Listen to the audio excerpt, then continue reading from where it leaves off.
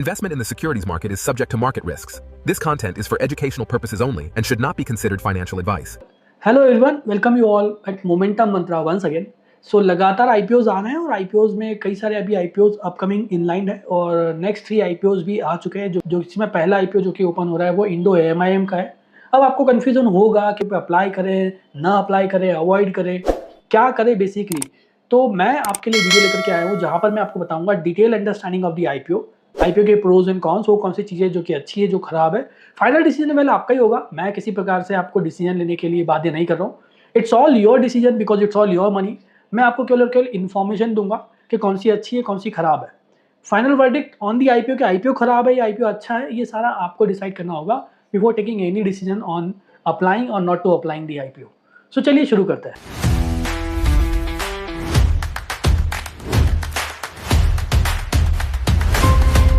Hi, my name is Manish Salvi and I'm a SEBI registered research analyst. So in this particular video मैं बात करने वाला हूँ Indo MIM के IPO के बारे में। MIM that's the technology of metal injection moulding, मतलब मेटल के पाउडर से मेटल को मोल्ड करके कुछ डिफरेंट टूल्स क्रिएट करना for the customise need of different industry.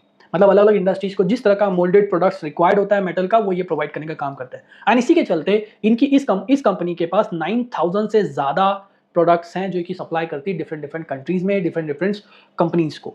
आगे बढ़ता है तो कंपनी के बारे में और फर्दर जाने तो कंपनी का जो बेसिक है वो प्रोडक्ट डिजाइनिंग में इन्वॉल्व है, मोल्ड डिजाइनिंग में इन्वॉल्व है, टूलिंग में, मैन्युफैक्चरिंग में, surface finishing is like 3D printing of the metal and the assembly of these tools. So this is how ये कंपनी जो है बेसिकली अपने डिफरेंट सर्विसेज और से प्रोडक्ट्स प्रोवाइड करती है टू डिफरेंट कंपनीज। एंड अगर मैं बात करूँ इसका जो बेसिक इंडस्ट्री जिस पे फोकस्ड है, मतलब इसके जो प्रोडक्ट है ऑटोमोबाइल्स को सप्लाई होते हैं, डिफेंस सेक्टर्स को सप्लाई होते हैं, मेडिकल इक्विपमेंट्स में जाता है, consumer goods and the aerospace. So almost वो सारे बेसिकली मैन्युफैक्चरिंग इंडस्ट्री जहाँ पे वेरियस टूल्स रिक्वायर्ड होते हैं मेटल के, वहाँ पे ये मोल्डिंग के थ्रू उन टूल्स को मोल्ड करके या प्रोडक्ट बनाकर कस्टमाइज तरीके से प्रोडक्ट सप्लाई करती है। एंड इसी के चलते इसके पास जो है 6000 से ज़्यादा डेवलप टूल्स डेवलप है। एंड देन 1100 से ज़्यादा 1100 से ज़्यादा इसके कस्टमर्स है।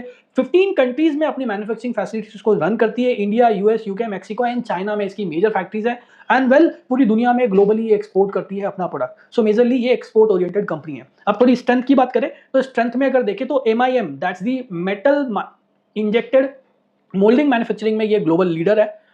बहुत ज़्यादा स्ट्रॉन्ग एंट्री बैरियर बिकॉज जिस तरह का बिजनेस यहाँ पर है, because the high capital intensive business है, तो यहाँ पे थोड़ा एंट्री बैरियर की वजह से इन्हें पॉजिटिविटी मिल जाता है। And strong export orientation because globally अपना प्रोडक्ट सप्लाई करती है, which is again a risk as well. Risk पे भी बात करूंगा लास्ट में।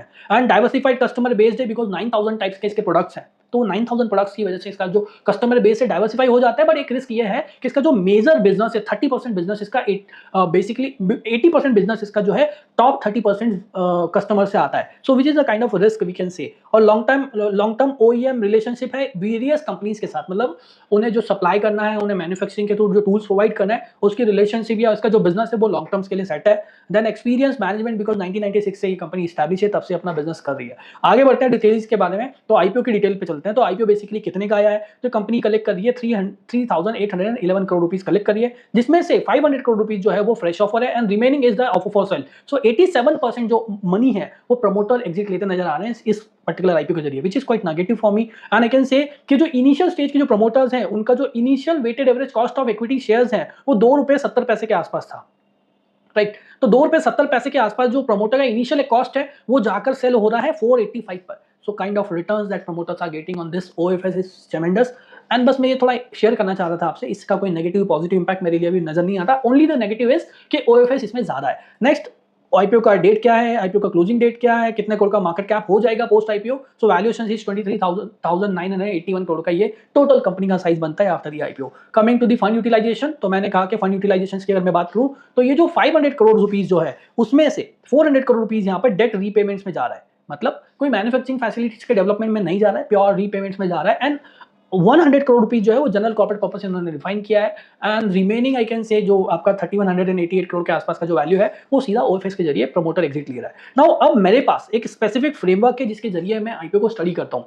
आईपीओ को कैसे स्टडी करता हूँ, सो उस फ्रेमवर्क के जरिए मैं आपको समझाने की कोशिश करूंगा कि कौन सी वो चीजें हैं जो खराब है कंपनी में, कौन सी वो चीजें जो अच्छी है कंपनी में जिसको आपको ध्यान रखना चाहिए। Yes, again repeating the same thing कि फाइनल डिसीजन आपका होगा, मेरा इसमें कोई आपको कोई वर्डिक्ट नहीं है कि आप अप्लाई करें ना करें, ये सारा डिसीजन आपका। मैं आपको जो इन्फॉर्मेशन डीआरएचपी में थी उसी इन्फॉर्मेशन को डायरेक्ट राइट वे में बेटर तरीके से आपके सामने प्रेजेंट कर रहा हूँ। So let's move on. तो company introduction, so all we can say a good fundamentals based upon company because already history अच्छा है, ग्रोथ अच्छा है कंपनी में। So this is where you can see it is a global leader in MIM technology. Next, types of issue which is quite alarming for me because अगर आप देखोगे तो केवल वो 500 करोड़ का फ्रेश ऑफर है, रिमेनिंग जो 3311 करोड़ का जो है यहाँ पर ऑफर फॉर सेल है, which is quite negative. So I can say this is very much negative points here. And then talking about the promoter का history because already having 30 years of the track record of the company, 1996 से company चल रहा है. So we can say it's like a good leadership or say good company having a long history of the company. Then promoter का holding, yes of course जब भी किसी company में promoter का होल्डिंग 67% से ज्यादा होता है वो मेरे लिए थोड़ा सा बेटर होता है।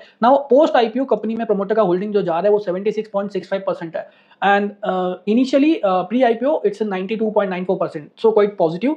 और फंड यूटिलाइजेशन की बात करें तो जैसे मैंने बताया कि 400 करोड़ रुपीस जो है वो डेट रीपेमेंट में किया जाएगा। मतलब अगर डेट रीपेमेंट होता है, ऑलरेडी डेट टू इक्विटी जो है इनका 3.99 है, 0.39 है, तो ये डेट टू इक्विटी और रिड्यूस हो जाएगा over time. And even I can सी जो डेटा में मैंने देखा था तो वहां पर जो कंपनीज के जो डेट है वो रिड्यूस हुआ है compare to the assets. So on that point I can see it's quite positive.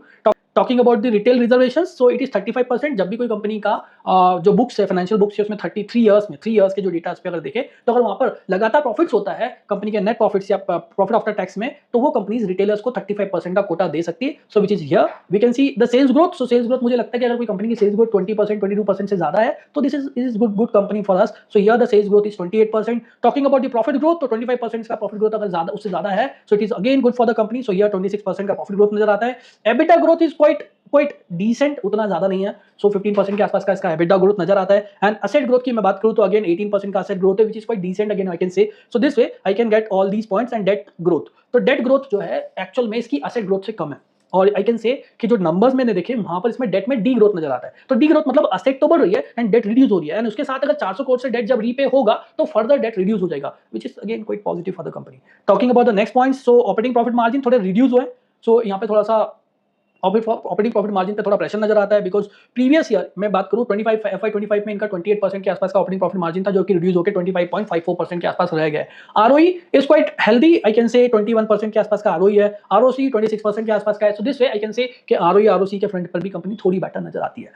Next talking about other factors which is helping you out to decide the market, यहाँ पे overall market trend. So overall market trend I can see थोड़ा negative है। मुझे लगता है कि Nifty के जिस तरह के स्ट्रक्चर्स बन रहे हैं नॉट दैट मच पॉजिटिव, मतलब थोड़ा साइडवेज बोल दूं, नेगेटिव टू साइडवेज बोल दूं, उतना बेटर स्ट्रक्चर्स नजर नहीं आ रहा है फिलहाल के लिए on the Nifty.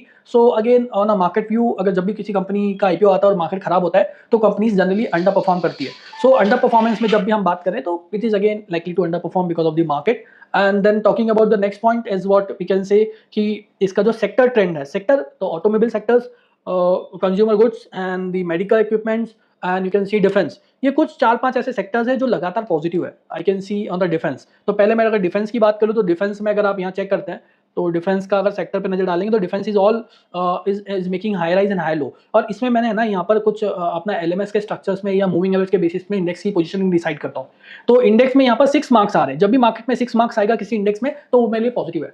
So index is quite positive for me. अगर मैं इवन ऑटोमोबाइल्स की बात कर लूँ यहाँ पर सो सीनेक्स ऑटो की बात करूँ तो सीनेक्स ऑटो भी again on 6 marks. And sector में अगर मेडिकल्स की या फार्मा की बात करूँ तो वो भी पॉजिटिव है। तो सेक्टर फ्रंट में मतलब सेक्टर तो में तो टेलविंड नजर आता है फॉर द कंपनी के, सेक्टर पॉजिटिव है। सो अगेन आई कैन से on the sector side it's quite positive.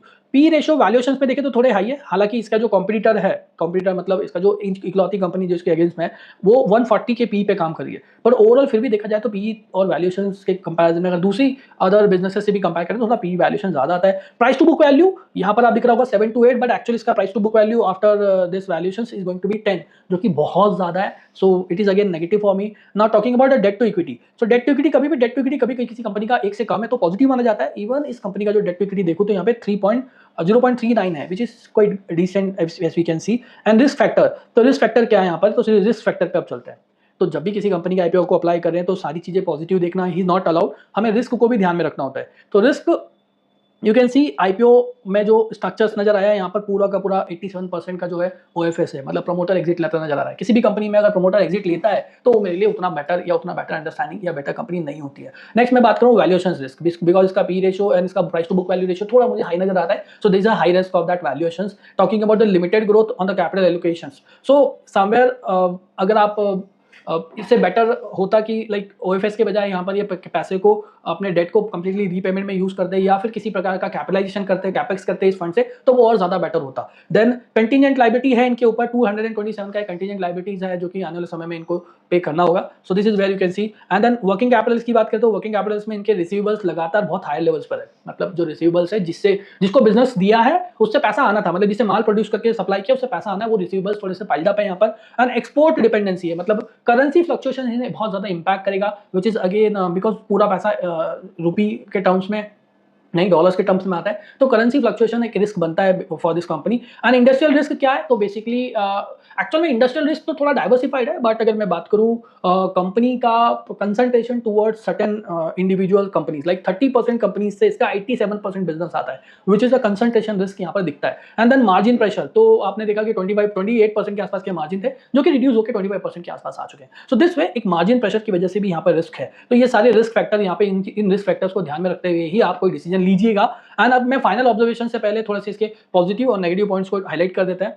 So global leader in metal moulding and then 25 year का experience, high entry barrier, export oriented business, diversified product, strong OEM consumers, revenue growth अच्छा ठीक है, PAT growth, asset growth, debt reduce हुआ है, ROE ठीक है, ROC ठीक है, डेट टू इक्विटी ठीक है, प्रमोटर का होल्डिंग भी अच्छा खासा 70% से 75% से ज़्यादा है। And then it's all profit making company.